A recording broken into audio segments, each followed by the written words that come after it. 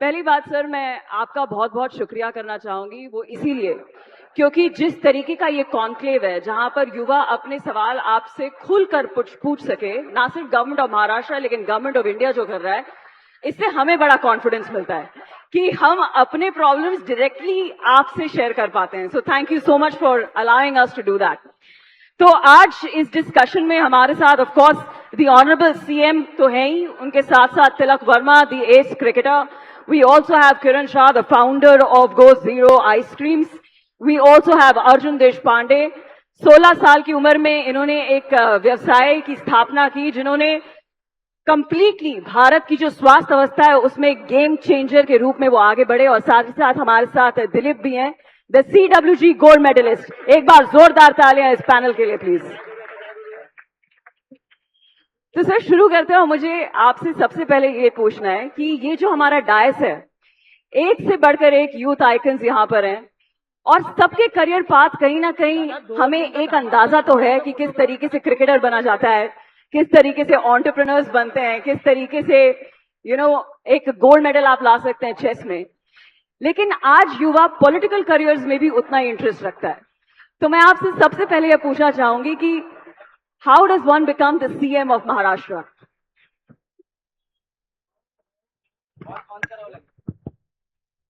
सबसे पहले तो मैं मंथन फॉर युवा को बहुत बहुत बधाई देना चाहता हूं कि हमारे युवाओं की जो बात है उसको सामने लाने का काम मंथन फॉर युवा ने किया है।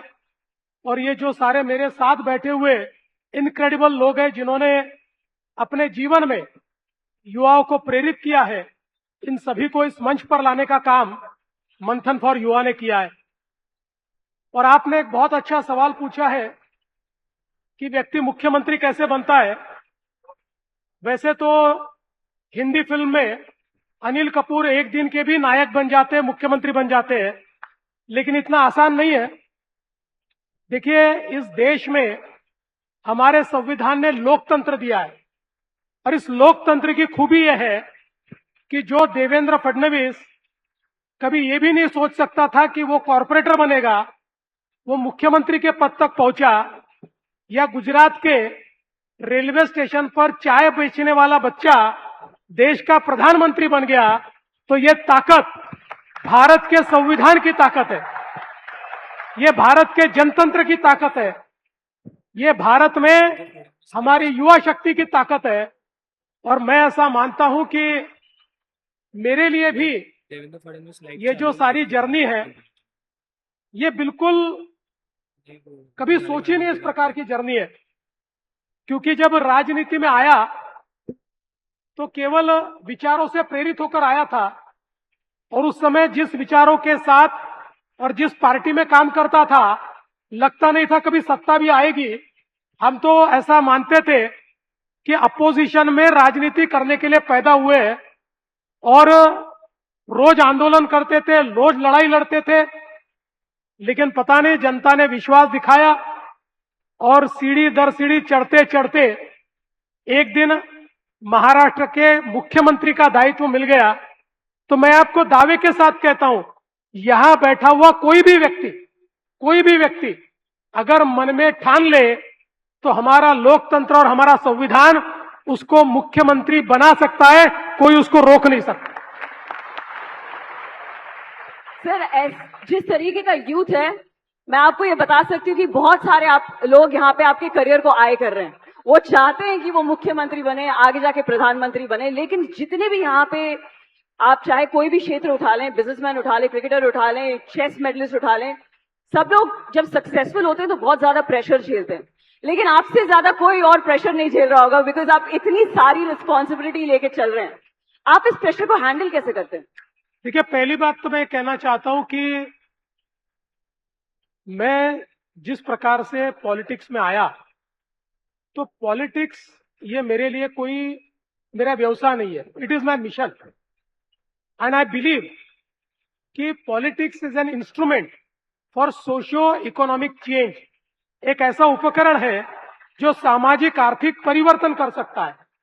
और इसलिए मेरी तो जो शुरुआत हुई, मैं 18 साल का था और जिस समय विद्यार्थी परिषद ने तय किया कि हमारे श्रीनगर के लाल चौक पर भारत का तिरंगा फहरता नहीं था और विद्यार्थी परिषद के हम 10,000 लोगों ने तय किया कि हम लोग जाएंगे और लाल चौक पर भारत का तिरंगा फहराएंगे। मैं 18 साल का था, मेरे साथ 30 लोग थे, कोई 16 साल का, कोई 17 साल का, मैं सबसे बड़ा 18 साल का, और ऐसे 10,000 बच्चे हम सारे के सारे जम्मू गए, उधमपुर गए। उधमपुर में जब हमको रोका तो हम लोग पैदल श्रीनगर की ओर गए। उसके बाद हमको मिलिट्री ने रोका, फिर हमको अरेस्ट किया, फिर जम्मू में लाया, फिर हम दिल्ली में आए। दिल्ली में प्रधानमंत्री के आवास का हमने घेराव किया और फिर प्रधानमंत्री जी को हमने झंडा सौंपा कि आप अगर लाल चौक पर हमको झंडा नहीं लगाने देते तो आप जाकर लाल चौक पर झंडा लगाइए। ये बात अलग है कि प्रधानमंत्री उस समय नहीं लगा पाए और 1992 में आपको याद होगा कि हमारे मुरली मनोहर जोशी जी और मोदी जी इनके नेतृत्व में वापस जाकर हमने लाल चौक पर पहली बार भारत का तिरंगा लहराया। तो वो शुरुआत है और वहां से लेकर इतने आंदोलनों में मैंने पार्टिसिपेट किया। मैं 20 साल का था जिस समय राम जन्मभूमि आंदोलन में मैं प्रयागराज गया, वहां से अयोध्या की तरफ गया और उस समय एक प्रकार से पहली बार गोली चलती कैसी है मैंने देखी। हमारे ऊपर गोली चली, डंडे बरसे और बाद में हमको अरेस्ट किया। तो 20 साल की उम्र में सेंट्रल जेल बदायूं में 18 दिन था। मैं 18 दिन सेंट्रल जेल बदायूं में काटे, वापिस आया, लेकिन वापिस उस आंदोलन में गया और 1992 में जिस समय बाबरी ढांचा ढहाया गया उस समय मैं वहां था और मुझे इस बात का बहुत गर्व है। क्या बात है। जब शुरुआत ऐसी है तो आपको प्रेशर हैंडल करना आ ही जाता है। प्रेशर की बात करें, तिलक वर्मा है हमारे साथ। तिलक, everyone wants to be you, सबको आप बनना है। Everybody wants to become a youth icon like you। लेकिन शायद बहुत कम लोगों को ये नजर आता है कि ऑफ कोर्स इनके पास वो फेम है, जिस तरीके से आप परफॉर्म कर रहे हैं, वो एशिया कप का फाइनल 2025 का कोई नहीं भूलेगा पाकिस्तान के खिलाफ। लेकिन तिलक वर्मा होने का सबसे चैलेंजिंग और सबसे डिफिकल्ट पार्ट क्या है?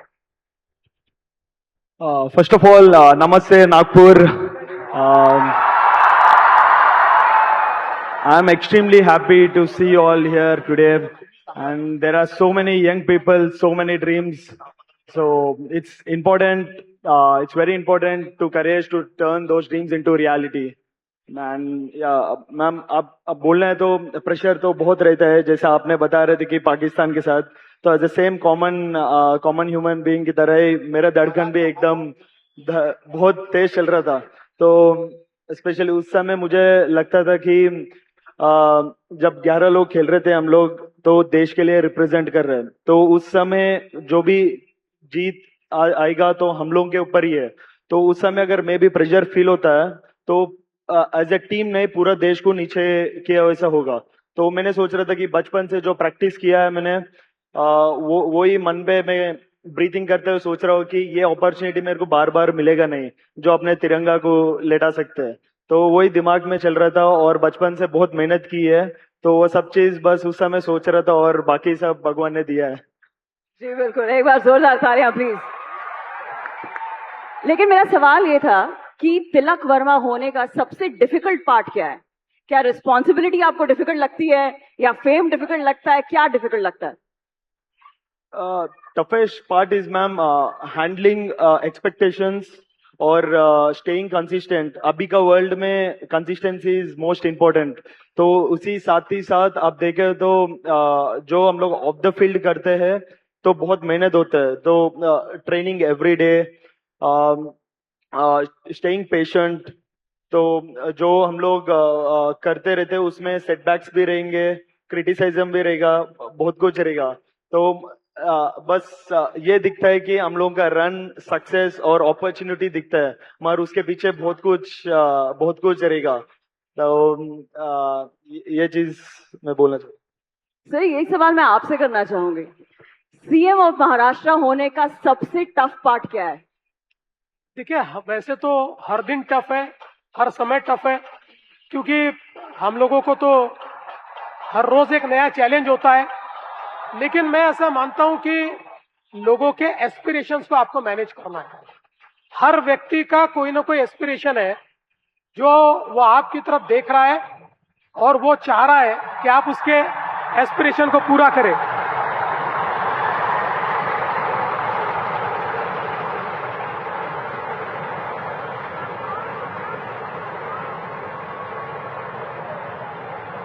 सर, एक तरीके का आगाज है कि किस तरीके का ये माहौल है, फिलहाल उस तरीके का आगाज है, ऊपर से बारिश भी आ रही है। ये हमारे नागपुर के ढोल पथक है, इनके लिए एक बार जोरदार ताली बजाइए भैया।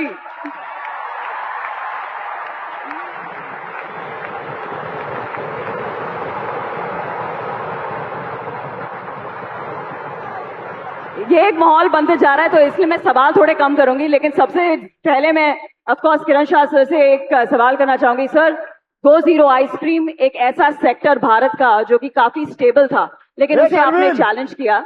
आज स्टार्टअप शुरू करने में, जो कि आज बहुत सारे यंगस्टर्स अपना स्टार्टअप शुरू करना चाहते हैं, सबसे बड़ा चैलेंज क्या आता है और उसमें गवर्नमेंट ऑफ महाराष्ट्र आपकी क्या मदद कर सकती है?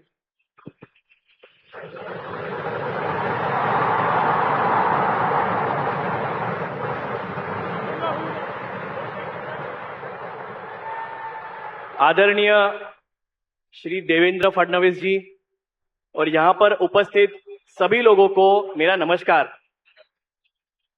हम जब बचपन में हमसे पूछा जाता है कि बड़ा होके क्या बनोगे, तो स्टैंडर्ड आंसर ये होता है कि मुझे डॉक्टर बनना है, मुझे इंजीनियर बनना है, अब क्रिकेटर बनना है, यस पॉलिटिशियन बनना है। ऑलमोस्ट कोई भी ये नहीं बोलेगा कि मुझे फाउंडर बनना है। ये थी मेरे बचपन की बात। लेकिन आज की अगर मैं बात करूं तो 2022 के बाद जब मैंने गो जीरो शुरू किया, उसके बाद गवर्नमेंट ने इतने सारे इनिशिएटिव से पूरे स्टार्टअप इकोसिस्टम को सपोर्ट किया है। लेकिन फिर भी एक फाउंडर बनना यानी एक कांटों के रास्तों पे चलने जैसा एक व्यवसाय है। स्टैटिस्टिक्स कहता है कि 10 में से 9 स्टार्टअप तो बंद हो जाएंगे, फेल हो जाएंगे। That is the statistics. वो एक ही स्टार्टअप होगा जो बड़ा बनेगा और सस्टेन करेगा। तो इसीलिए स्टार्टअप के लिए पूरे इकोसिस्टम का सपोर्ट तो बहुत जरूरी है, लेकिन खासकर जो हमारी गवर्नमेंट है, तो उसके अंदर जो आपका क्वेश्चन है कि एक चीज, वैसे तो बहुत सारी चीजों में सपोर्ट लगेगा, लेकिन अगर आप जो एक चीज की बात करोगे तो जो कंप्लायंसेस होते हैं उसके लिए अगर एक सरल और प्रिडिक्टेबल सिस्टम मिले। फाउंडर पहले 5 साल में एक छोटी सी टीम के साथ काम करता है, उसको बहुत सी चीजें देखनी होती है, प्रोडक्ट देखना होता है, कस्टमर देखना होता है, बिजनेस देखना होता है।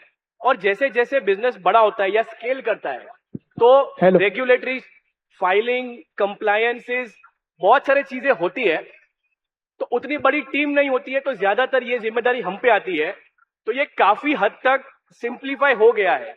लेकिन अगर सही मायने में एक सिंगल विंडो क्लियरेंस अगर फाउंडर्स को मिले, तो जितना वक्त हम धंधे पे लगा रहे हैं, बाकी चीजों पे वक्त कम लगे। जैसे जैसे धंधा ग्रो करे, हमारे पास टीम बढ़े, तो अगर ये सपोर्ट गवर्नमेंट से मिले, बहुत हद तक ये मिल भी चुका है। लेकिन एक युवा जो डेयरिंग करके अपनी लाइफ का सबसे पहला बिजनेस शुरू करने जा रहा है, उसके लिए इस टाइप का सपोर्ट मिलना बहुत जरूरी है। सर, ये जिस सपोर्ट की बात कर रहे हैं, क्या गवर्नमेंट ऑफ महाराष्ट्र वो प्रोवाइड कर सकता है? 100% करेंगी। हम लोगों ने स्टार्टअप इकोसिस्टम के लिए बहुत अच्छी पॉलिसी तैयार की है, फंड ऑफ फंड तैयार किया है, इंक्यूबेशन सेंटर्स तैयार किए हैं, और अभी इन इंक्यूबेशन सेंटर्स को हम डिसेंट्रलाइज कर रहे हैं। कोई भी टियर 3 सिटी का भी बच्चा अगर कोई विचार करता है और उसको कमर्शियल प्रोडक्ट में ट्रांसफॉर्म करना चाहता है, तो उसको पूरी मदद मिलेगी, 100% मदद मिलेगी। और इन्होंने बहुत अच्छी बात कही है, क्योंकि जब तक हमारे युवाओं को सीमलेस एक्सपीरियंस हम लोग नहीं देते, तब तक मैं ऐसा मानता हूं कि ये स्टार्टअप इकोसिस्टम को जिस प्रकार से हम बड़ा बनाना चाहते हैं नहीं बना पाएंगे। तो मैं विश्वास के साथ कहता हूं, और इनके जैसे जितने फाउंडर्स हैं, इनके साथ भी बात करके हम लोग और उसमें जो सुधार करने वो करने की कोशिश करेंगे। लवली। एक और फाउंडर है ऑफ कोर्स हमारे साथ, वहां पे अर्जुन। 16 साल की उम्र में आपने अपना बिजनेस शुरू किया, और ना सिर्फ एक बिजनेस के रूप में, you wanted to make a change in the society. सस्ती दवाइयां घर घर तक पहुंचे, ये आपका एम था। 16 साल की उम्र में कैसे सोचा आपने ये? पहले तो thank you entire team of youth for मेंदन for having me here, Devendra sir. मुझे लगता है जेंजिस जो हम लोग कहते हैं, आज हमारा सबसे बड़ा एक गॉड गिफ्ट जो हमको गॉड ने दिया है जेंजिस को, वो सपने देखना दिया है। तो मुझे लगता है जब मैंने 16वें साल में एक चीज देखी थी कि दादाजी को मेडिसिन कम दामों में नहीं मिल रहे थे, वहां पर मैंने 15,000 रुपीज से ये चीज की शुरुआत की। मुझे लगता है अगर मैंने तब वो सपना नहीं देखा होता तो रतन टाटा सर मेरे साथ में नहीं जुड़ते। आज हम लोग 10,000 से ज्यादा एम्प्लॉयमेंट्स पूरे देश में नहीं दे पाते। मुझे लगता है एक इम्पैक्ट आज हम लोग का यूथ जो है, मैं हमेशा ये कहता हूं कि रील्स देखने में हमारा टाइम न वेस्ट करते हुए रियल इम्पैक्ट पे काम करना चाहिए। मतलब जैसे अभी छोटी सी बात है, इम्पैक्ट से मुझे याद आया, मैं परसों सिंगापुर में था और मैं सिंगापुर से मुझे टीम ने कहा कि नागपुर में प्रोग्राम है। मैंने बोला मैं कनेक्टिंग फ्लाइट लेके नागपुर पहुंचता हूँ। मैंने टीम को बोला आप भी मुंबई से नागपुर पहुंच जाना फ्लाइट में। उन्होंने कहा कि अभी सर 6 से 7 घंटे में हम लोग मुंबई से नागपुर समृद्धि महामार्ग से पहुंच सकते हैं। मुझे लगता है ये काम देवेंद्र फडणवीस सर के इम्पैक्ट जो मैं कहता हूं, आज अगर वो 10 साल पहले वो उन्होंने सपना नहीं देखा होता, आज हम लोग वो चीज का मतलब फायदा नहीं ले पाते। मुझे लगता है youngsters entrepreneurship always should think innovative and out of the box thinking is really need, and वही आज मैं इम्पैक्ट क्रिएट कर रहा हूँ। वेरी क्विकली, क्योंकि बारिश आ रही है, आप यंग है सर, जितना चार्ज अप हमारा युवा है उतना डिस्ट्रैक्टेड भी है। क्या गवर्नमेंट महाराष्ट्र कोई पॉलिसी निकालेगा कि स्क्रीन टाइम बच्चों का थोड़ा कम हो? देखिए, स्क्रीन टाइम तो कम करना ही चाहिए और इसके ऊपर हमको विचार और मंथन तो करना पड़ेगा। निश्चित रूप से उसके ऊपर काफी विचार चल रहा है। बच्चे केवल स्क्रीन पर नहीं, मैदान पर भी दिखे। और मैं तो तिलक जी का इनका उसमें हेल्प लूंगा कि ज्यादा से ज्यादा बच्चों को स्क्रीन से मैदान पर बुलाए। हालांकि स्क्रीन पर रहना भी गलत नहीं है, क्योंकि आप जानते हैं अभी जो हमारी ऑरेंज इकोनॉमी है, कंटेंट क्रिएटर्स, ये इतनी बड़ी इकोनॉमी तैयार कर रहे हैं, अर्थव्यवस्था तैयार कर रहे हैं, लेकिन there has to be balance. और इसलिए हमारे गावित जी को देखिए, गावित जी ने जिस प्रकार से मैदान में उतरकर CWG में मेडल प्राप्त किया है, ये हमारे लिए एक इंस्पिरेशन है। ऐसी इंस्पिरेशन को भी हमको लाना पड़ेगा और स्क्रीन टाइम कम करना पड़ेगा। लेकिन अब गावित जी को सवाल पूछने से पहले मैं आपको एक सवाल पूछना चाहता हूं।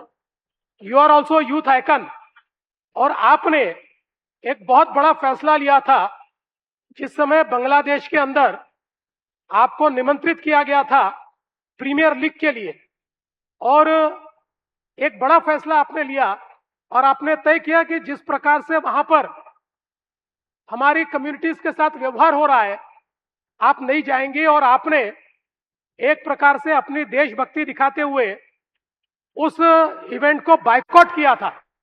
तो मैं आपको पूछना चाहता हूं कि आपके मन में उस समय क्या था और आप आज क्या फील करती हैं?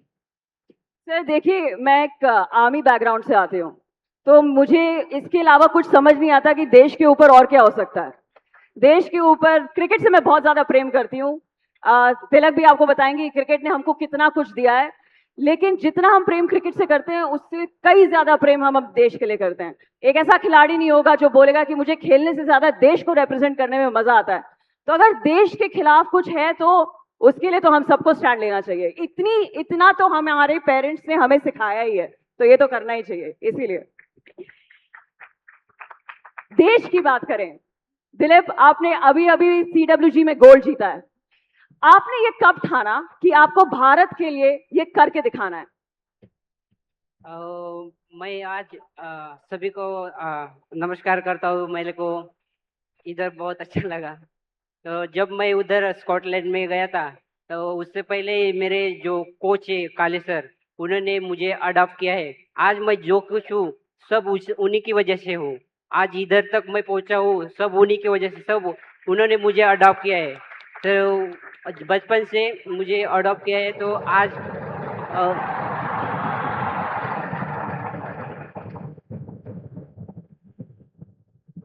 जब मैं कॉमनवेल्थ में गया था, तब उधर अपने देश का तिरंगा जब गोल्ड मेडल मैंने जीता, तो मुझे बहुत खुशी हुई। और तिरंगा जब उधर लहराया तो मुझे बहुत अच्छा लगा। Thank you so much Dilip, हमें बहुत अच्छा लगा। CWG गोल्ड हमें हमेशा याद रहेगा। सर बारिश आ रही है, वो जो ढोल ताशा है उसकी वजह से जितनी भी युवाएं यहाँ पर... ये ढोल ताशा का एक रिकॉर्ड होने वाला है, इसलिए हम लोग उनको मौका दे। बारिश में वो रिकॉर्ड नहीं कर पाएंगे, अभी अभी मुझे बताया रितेश ने कि एक नया Guinness book of record world record में इनका रिकॉर्ड आने वाला है, इसलिए मुझे ऐसा लगता है कि let us allow them to Let us play absolutely ढोल allow. एक बार जोरदार तालियां for the Honorable Chief Minister Tilak.